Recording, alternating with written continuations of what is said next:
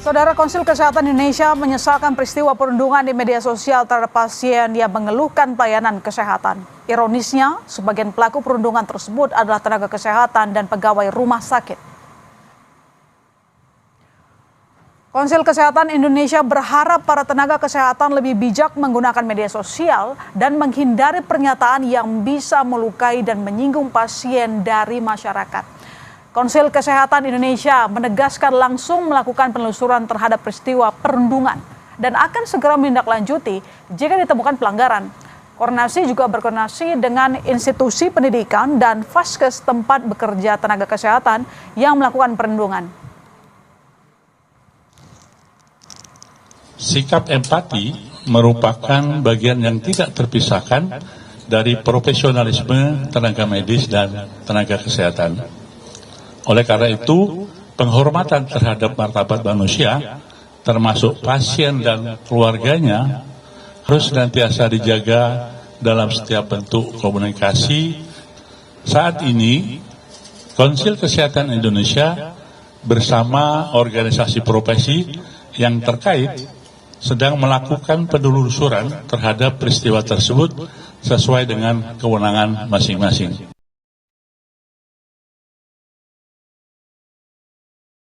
Tak kunjung mendapat ruangan di rumah sakit, seorang pasien pengguna BPJS Kesehatan mencurahkan isi hatinya di media sosial.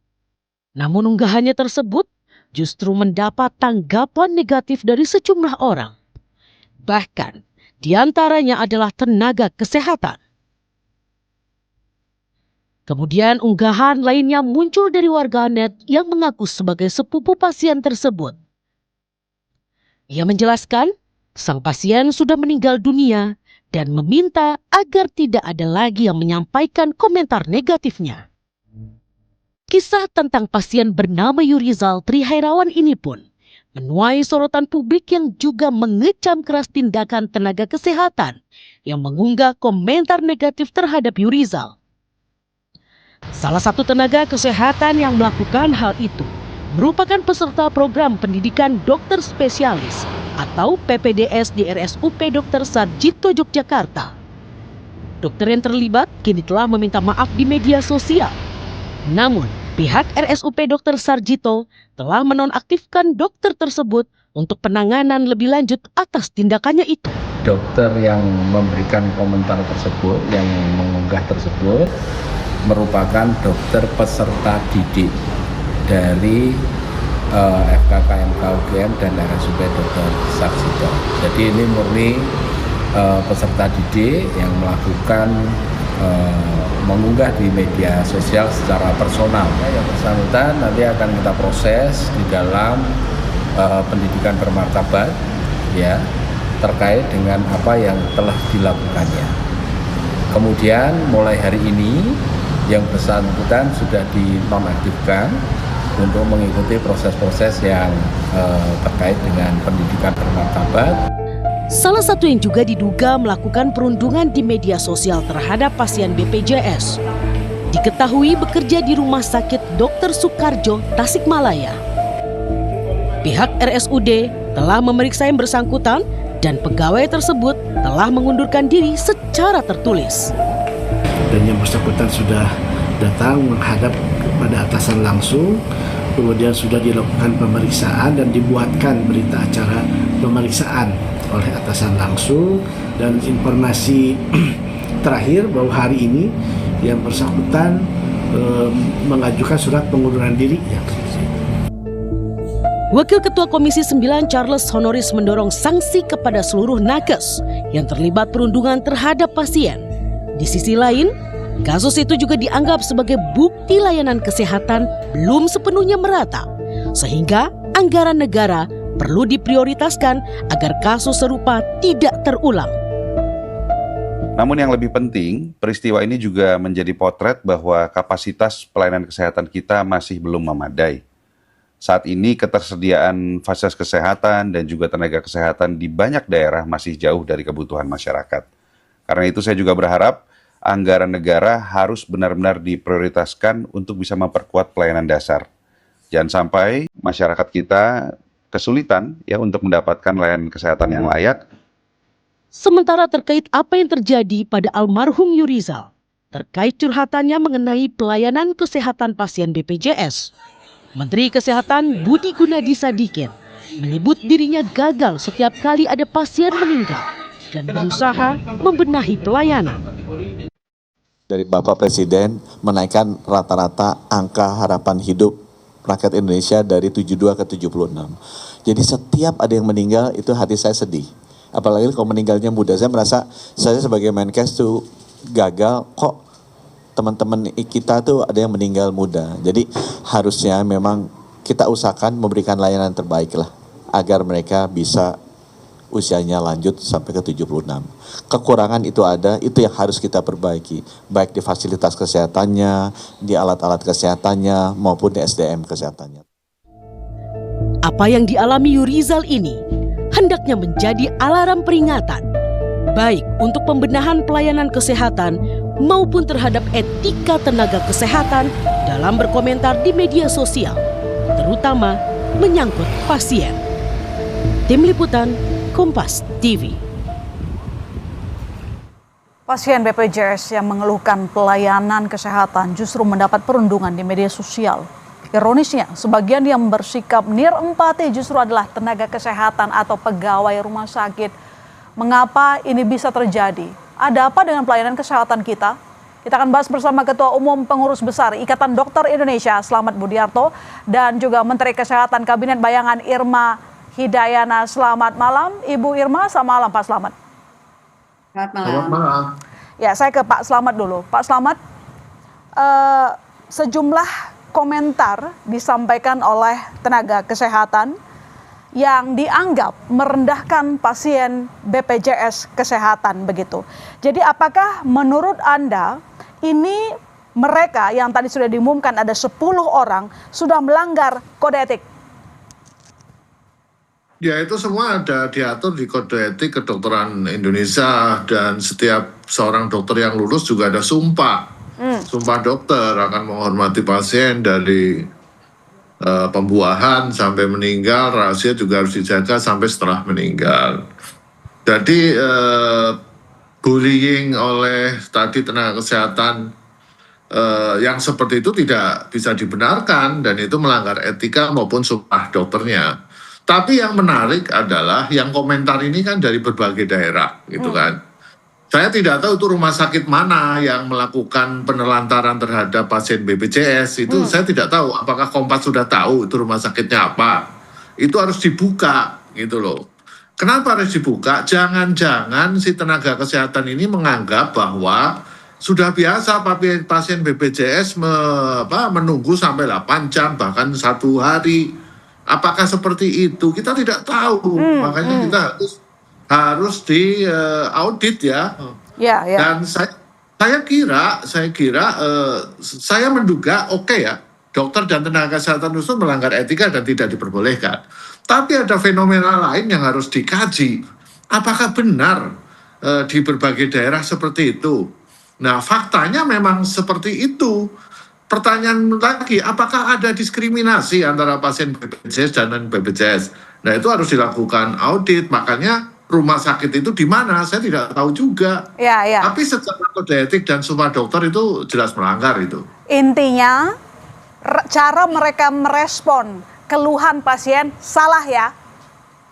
Ya, itu kan bukan pasiennya, itu iya, bukan. Maksud saya pasien, ini kan seorang pasien, masyarakat curhat di media sosial, Bapak. Lalu kemudian kan dia curhat, yang membalas salah tenaga kesehatan. Artinya cara mereka membalas, cara mereka meresponsnya, itu yang salah ya? Oke. Bukan salah, tidak boleh. Harusnya tidak boleh sama sekali harusnya. Baik, sekarang saya ke konsen Anda tadi. Saya ke Bu Irma. Ibu Irma, Anda melihat ini cuma masalah perilaku individu tenaga kesehatan atau sebenarnya ini sudah masalah di sistem kesehatan? 8 jam tidak dapat ruangan, Bu Irma. Baik, terima kasih. Kalau menurut saya ini refleksi yang luar biasa ya. Kita berempati turut berduka cita atas peristiwa ini dan juga terhadap keluarga korban. Saya ingin menarik bahwa ini merupakan ada yang salah dengan sistem kita gitu ya. Perundungan jelas itu salah. Tadi Pak Dokter Slamet menyatakan bahwa tidak boleh gitu ya. Dan dokter itu sudah disumpah dan lain sebagainya. Mereka juga harus menjunjung tinggi etika profesi. Lalu kemudian kita cek lagi gitu ya soal pasien BPJS, harus diaudit lagi tadi bagaimana Fasyankes ya, tenaga kesehatan itu memberikan layanan terbaik, memenuhi hak atas kesehatan sebagai amanah dari konstitusi yang harus diselenggarakan dan dipenuhi oleh negara. Nah, sekarang kita lihat sistemnya sendiri. Jadi minta maaf itu satu hal, tapi nanti pasti akan ditelusuri ya, akan diinvestigasi, ditindak lebih lanjut oleh Konsil Kedokteran dan lain sebagainya. Tapi begini, rasanya kalau disalahkan hanya pada tenaga kesehatannya dan pelaku perundungannya saja, itu tidak fair kalau menurut saya. Negara ini, pemerintah itu wajib menjamin pemenuhan hak atas kesehatan melalui nakes-nakes ini, tenaga medis, tenaga kesehatan. Ini juga harus diperhatikan apakah kita sudah memiliki sistem perlindungan yang memadai, yang kuat terhadap tenaga kesehatan. Kita cek lagi, apakah tidak ada burnout, bagaimana durasi jam kerjanya, tekanan di rumah sakit, di tempat kerja, itu juga harus dipikirkan. Jadi rasanya ini menjadi alarm yang keras buat sistem kesehatan ya. Kementerian Kesehatan harus membenahi ini semua. Tidak fair kalau hanya disalahkan kepada tenaga kesehatan dan juga OP ya, karena mereka sudah bekerja keras. Tapi soal perundungan jelas itu salah dan kita sudah tahu Konsil Kedokteran Indonesia akan menindak itu. Tapi pertanyaan besarnya kita harus mempertanyakan sistemnya itu apakah sudah melindungi nakes dan melindungi pasien. Apakah sistem kesehatan kita benar-benar tidak mendiskriminasi pasien. Nah, itu harus kita selidiki lagi tuh, Mbak. Ya, coba saya ke Pak Slamet. Apakah memang Anda melihat perlindungan terhadap nakes ini memang kurang? Sekarang ada nakes yang mengomentari di media sosial dengan bahasa yang mungkin dianggap menyakiti pasien. Nah, apakah benar mereka burnout? Kebanyakan handle sesuatu gitu? Ya, itu yang harus ditelusuri. Mengapa mereka, nomor satu dia salah, itu dulu ya. Ya. Terus kita telusuri mengapa dia ngomong seperti itu. Apakah di rumah sakit mereka yang bertugas juga seperti itu? Kalau memang sama, ini ada masalah di pelayanan kesehatan. Kedokteran itu tidak boleh melakukan diskriminasi gitu loh.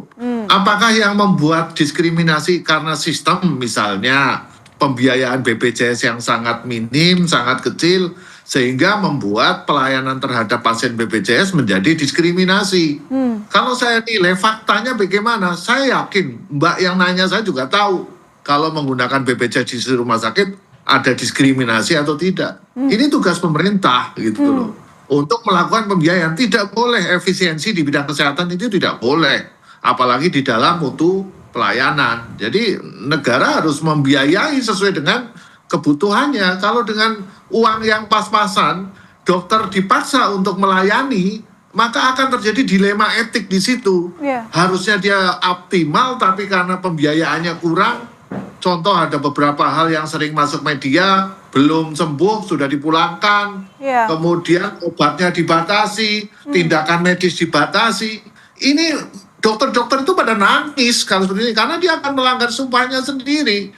Nah ini PR yang harus dibuka. Teman-teman DPR juga sama. Undang-Undang 17 telah menghapus mandatory spending. Yang tadinya minimal 5%, sekarang tidak ada batasan. Bisa 2%, bisa 3%. Ini kan sistem yang harus diperbaiki. Gitu Mbak. Baik, Bu Irma, ini kan sudah ada 10 orang dari tenaga kesehatan yang dianggap berkontribusi, bukan berkontribusi, maksudnya ikut membuat mental pasien ini tertekan begitu. Tetapi apakah cukup di individunya atau sebenarnya kita kejar rumah sakitnya, atau jangan-jangan banyak rumah sakit yang tadi disampaikan oleh Dr. Slamet yang harus kita benahi, termasuk Kementerian Kesehatan? Nanti dijawab dulu. Kami segera kembali saudara, tetap di Sapa Indonesia Malam.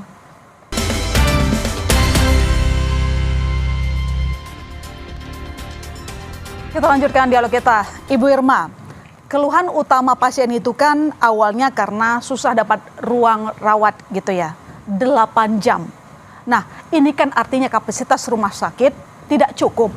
Nah, harusnya bagaimana rumah sakit merespons, atau mungkin ini menjadi salah satu teguran ada masalah yang sangat besar. Jangan-jangan nggak cuma 1-2 rumah sakit. Baik, saya ingin mengulangi ya dari pertanyaan Mbak May Sister. Tadi kan ini masalah individu nakesnya atau masalah rumah sakit atau banyak rumah sakit. Ya, sistem.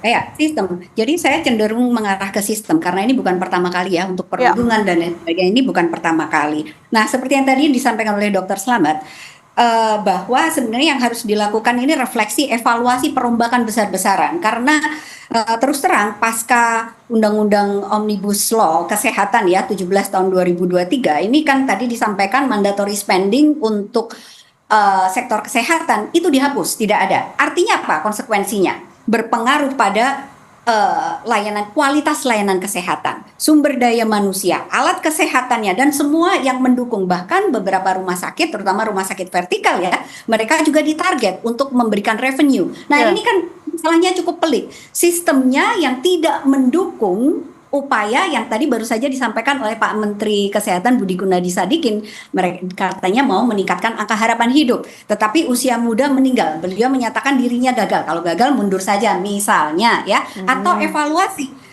Kalau urusan meninggal lebih muda, kemudian kegagalan sistem yang menyebabkan perundungan, apalagi pasien terlantar kemudian sampai meninggal, artinya ada yang salah dalam memberikan hak atas kesehatan dan juga hak atas layanan kesehatan melalui fasilitas kesehatan. Satu lagi contohnya misalnya tolong jangan dilokalisasi ini adalah masalah individu nakes, jangan melulu disalahkan nakes, itu salah dan sudah diakui oleh konsil kedokteran sekalipun. Dan kemudian yang harus ditelusuri adalah sistemnya ini, karena ini hanya satu masalah di antara ribuan masalah lainnya pasca disahkannya Undang-Undang Kesehatan 17 2023 sehingga tidak ada penguatan perlindungan yang sepenuhnya terhadap tenaga kesehatan, terhadap kualitas layanan kesehatan yang diberikan oleh tenaga kesehatan sebagai perpanjangan tangan negara dalam memenuhi hak atas kesehatan sesuai dengan amanah konstitusi pasal 34 ayat 3. Jadi perombakan besar-besar yang tadi Anda maksud, apa boleh lebih to the point, Bu Irma? Saya kira satu hal kalau to the point, ini undang-undangnya harus diamandemen. Jadi mandatory spending ini harus dikembalikan pemerintah pusat 5%, kemudian 10% pemerintah daerah. Jangan disentralisasi di pemerintah pusat seperti apa yang terjadi sekarang. Rasanya itu dan harus mendengarkan rumah sakit daerah, kemudian organisasi profesi, konsil kedokteran, kolegium, itu harus didengarkan semuanya. Karena mereka itu yang secara langsung akan terlibat memberikan layanan kesehatan terhadap seluruh warga negara Indonesia. Oke, baik, saya ke Pak Slamet. Pak Slamet, kalau kita lihat di sisi lain, sebenarnya kan juga banyak curhatan dokter begitu ya, yang mungkin mengeluhkan beban kerja. Tadi juga kita mendengar bagaimana Menteri Kesehatan bilang ada yang kecapean gitu ya Pak. Nah kalau sudah begini, harusnya apa yang dilakukan oleh pemerintah, terutama Kementerian Kesehatan? Yang harus dilakukan oleh Kementerian Kesehatan, karena pembuat regulasi kan ada di Kementerian Kesehatan. Ya. Jam kerja, misalnya contoh PPDS ya, PPDS yang dokter yang lagi pendidikan spesialis, IDIS tetap fokus kepada 40 jam sampai 50 jam per minggu. Tapi teman-teman Kementerian Kesehatan menganggap sampai 80 jam, 2 kali lipatnya. Ini kan jadi bebannya terlalu tinggi. Tapi kami selalu usul bahwa dokter itu ada batasnya. Dan yang lucu memang di Indonesia itu seorang dokter berbeda dengan di luar negeri. Kalau di luar negeri itu dokter tidak boleh mikir uang, tidak boleh mikir gaji, karena itu sudah dipenuhi oleh pemerintah atau oleh fasilitas kesehatan. Mereka hanya fokus untuk memeriksa pasien, menyelamatkan pasien, menyembuhkan pasien. Sedangkan di Indonesia seorang dokter dibayar sesuai dengan jumlah pasien, sesuai banyak tidaknya pasien. Itu lucu gitu loh. Ya. Nah itu sistem ini yang harus dirubah. Tetapi Mbak, sebuah pelayanan kesehatan yang baik dipengaruhi oleh dua faktor, yaitu sistem yang baik, yang kedua pembiayaan yang baik. Bagaimana mungkin membuat sistem yang baik dengan pembiayaan yang sangat minimal, apalagi mandatory spending yang tadinya 5% pemerintah pusat, 10% pemerintah daerah, itu dihilangkan dengan Undang-Undang 17. Dan saya kira saya setuju untuk dilakukan amandemen, untuk dirubah lagi. Kalau perlu naik, PBB itu mensyaratkan minimal 15% dari APBN. Saya kira sistem dibuat yang terbaik jika pembiayaannya akan baik. Dan saya mewakili 220.000 anggota ini, kami miris. Kami dipaksa melakukan pelayanan kesehatan dengan pembiayaan yang sangat minimal gitu loh. Dengan waktu yang panjang gitu loh. Nah ini menurut kami harus segera dirubah, duduk bersama stakeholder tadi yang diusulkan Bu Irma itu sangat bagus sekali. Ya, artinya Anda juga setuju jangan sampai kasus ini cuma dilokalisasi sehingga berhenti di masa individu. Padahal ini ada sistem yang harus segera kita perbaiki. Terima kasih.